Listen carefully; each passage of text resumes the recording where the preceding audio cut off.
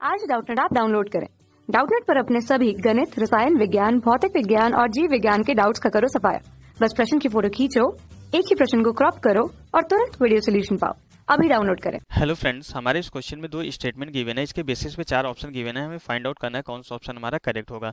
सबसे पहले वाले स्टेटमेंट को पढ़ते हैं। क्या बोला जा रहा है कि अधिक लूपों वाली किसी कुंडली में एक चुंबक को डालना अधिक कठिन होता है। ओके, तो यहाँ पे हम सबसे पहले कॉइल्स को कंसीडर कर लेते हैं। यहाँ पे हम जो है एक कुंडली को इस तरीके से बना लेते हैं। ओके, ये हमारी क्या है, ये हमारी जो है यहाँ पे कोई कुंडली हम यहाँ पे कंसीडर कर लेते हैं। ये हमारे क्या है, ये हमारी कोई कुंडली है। ओके, यहाँ पे ये हमारी क्या है, कोई कॉइल्स है। अब इसके बाद क्या करते हैं, हमारी कोई कुंडली है, हमारा कोई क्या है, कोई चुंबक है। तो यहाँ पे हम एक चुंबक को कंसीडर कर लेते हैं।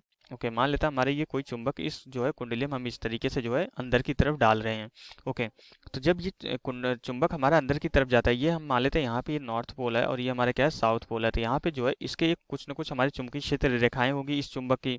तो ये जो चुंबकीय क्षेत्र रेखाएं होगी, जैसे जैसे चुंबक हमारा नीचे आता जाएगा, क्या होता है कि ये चुंबकीय क्षेत्र रेखाएं जो होती है यहाँ पे जो है इस कॉइल्स के थ्रू हमारी क्या होती है, कट होती है। कॉइल्स के थ्रू क्या होती है, हमारी चुंबकीय क्षेत्र रेखाएं कट होती है। तो ये क्या होता है कि ये जो हमारा चुंबक है, ये हमारे जो गुरुत्वीय प्रभाव के कारण जो है यहाँ पे एक ग्रेविटेशनल फोर्स लगता है नीचे की तरफ, जिसकी वजह से हमारा क्या होता है, ये नीचे की तरफ हमेशा जो है गिरता जाता है। यहाँ पे नीचे की डायरेक्शन में भी हमारा जो है क्या लगता है, गुरुत्वीय त्वरण लगता है। लेकिन जब ये हमारा नीचे आता है, तो जो हमारे चुंबकीय क्षेत्र रेखाएं होती है, जैसे जैसे नीचे आता जाता है, ये क्या होता है, कट होती जाती है। तो ये जो चुंबकीय क्षेत्र रेखाएं हमारी कट होती है, तो ये इसकी वजह से हमारा क्या होता है, फ्लक्स में परिवर्तन होता है। क्योंकि हमें पता है कि फाई इक्वल टू हमारे क्या होता है, vector B dot vector A के बराबर होता है। ओके, यहाँ पे हमें ये फार्मूला पता होता है। ओके, ये हमारा क्या होता है, फाई का फार्मूला होता है। ओके, तो यहाँ से हमारा क्या होता है, अगर इसको और आगे लिखे तो phi equal to B A cos theta के बराबर होता है। फाई इक्वल टू हमारा क्या होता है, ये बी ए कॉस थीटा के बराबर होता है।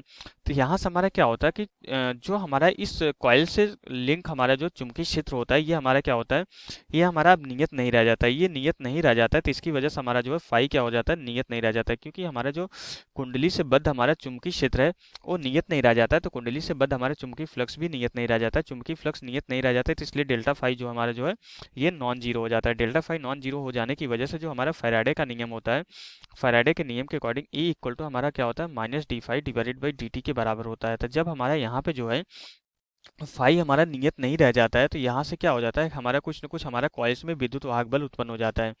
यहाँ पे कॉइल्स में कुछ न कुछ हमारा क्या उत्पन्न हो जाता है, यहाँ पे जो है ये नॉन जीरो हो जाता है, विद्युत वाहक बल उत्पन्न हो जाता है। इसकी वजह से हमारा जो है प्रेरित धारा उत्पन्न हो जाती है, प्रेरित धारा भी नॉन जीरो हो जाती है। अब तो यहाँ पे इस कॉइल्स में हमारा क्या उत्पन्न हो जाता है, प्रेरित धारा उत्पन्न हो जाती है। जब इस कॉइल्स में हमारी जो कुंडली में प्रेरित धारा उत्पन्न हो जाती है, तो हमें पता है कि अगर कोई करंट करेंग कंडक्टर है हमारा जो है, यहाँ पे चुंबक का हमारा कुछ न कुछ चुंबकीय क्षेत्र भी है।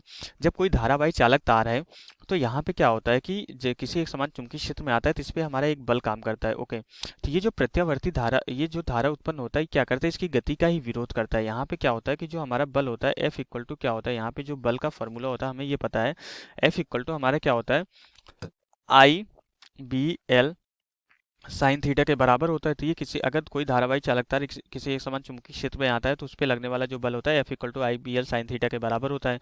तो यहाँ पे हमारा क्या है कि एफ हमारा अनुक्रमानुपाती एल है। जब हम यहाँ पे फेरों की संख्या बढ़ाते हैं, तो यहाँ पे चालक तार की लंबाई बढ़ती है। तो इसकी वजह से ये जो बल होता है एफ, ये बढ़ता है। और यही बल तो क्या करता है, इसकी गति का विरोध करता है। यही बल तो हमारे यहाँ पे अपोजिट डायरेक्शन में काम करता है।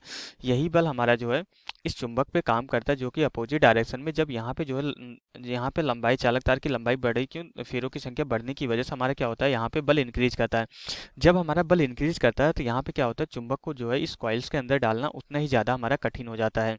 तो यहाँ पे हमारा क्या होता है कि एक्चुअली इसको हम लेंज के नियम के अकॉर्डिंग भी बोल सकते हैं। क्योंकि यहाँ पे जो है इसमें जो धारा उत्पन्न हो रही है, इस कुंडली में जो धारा उत्पन्न हो रही है, किसके कारण उत्पन्न हो रही है, चुंबक की गति के कारण उत्पन्न हो रही है।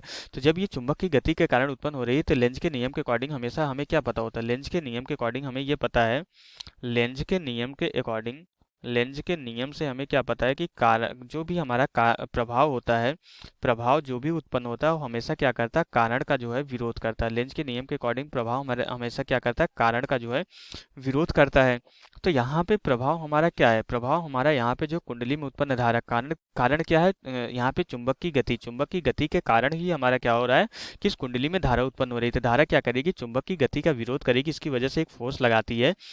तो इसके इसलिए इस फोर्स की वजह से क्या होता है कि इसका परिणामी बल नीचे की तरफ कम होता है, इसकी वजह से इसकी गति क्या होती है, हमारी स्लो हो जाती है।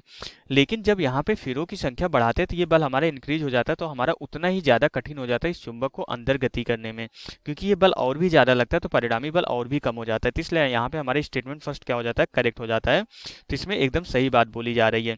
अब हमारा तर्क क्या दिया जा रहा है, धारा में लूप में जो है प्रेरित विद्युत वाहक बल जो होता है चुंबक की गति को रोकता है। तो ये भी हमारा तर्क भी क्या है, सही है। हमने बताया कि यही जो हमारा विद्युत वाहक बल होता है इसी की वजह से हमारे प्रेरित धारा उत्पन्न होती है। तो ये जो विद्युत वाहक बल ही होता है क्या करता है, इसकी गति का विरोध करता है। इसलिए तर्क क्या है, यहाँ पे हमारा अभिकथन को सही एक्सप्लेन भी कर रहा है, सही व्याख्या कर रहा है। तो इसलिए हमारा इस क्वेश्चन के लिए फर्स्ट ऑप्शन हमारा क्या होगा, करेक्ट ऑप्शन हो जाएगा। तो यहाँ से हमारा क्वेश्चन कंप्लीट हो जाता है। Okay, thank you. कक्षा 6 से 12वीं से लेकर नीट, IIT, JEE वो एडवांस के लेवल तक 1 करोड़ से ज्यादा छात्रों का भरोसा। आज ही डाउनलोड करें डाउटनेट ऐप या व्हाट्सएप करें अपने सारे डाउट्स 8400 400 400 पर।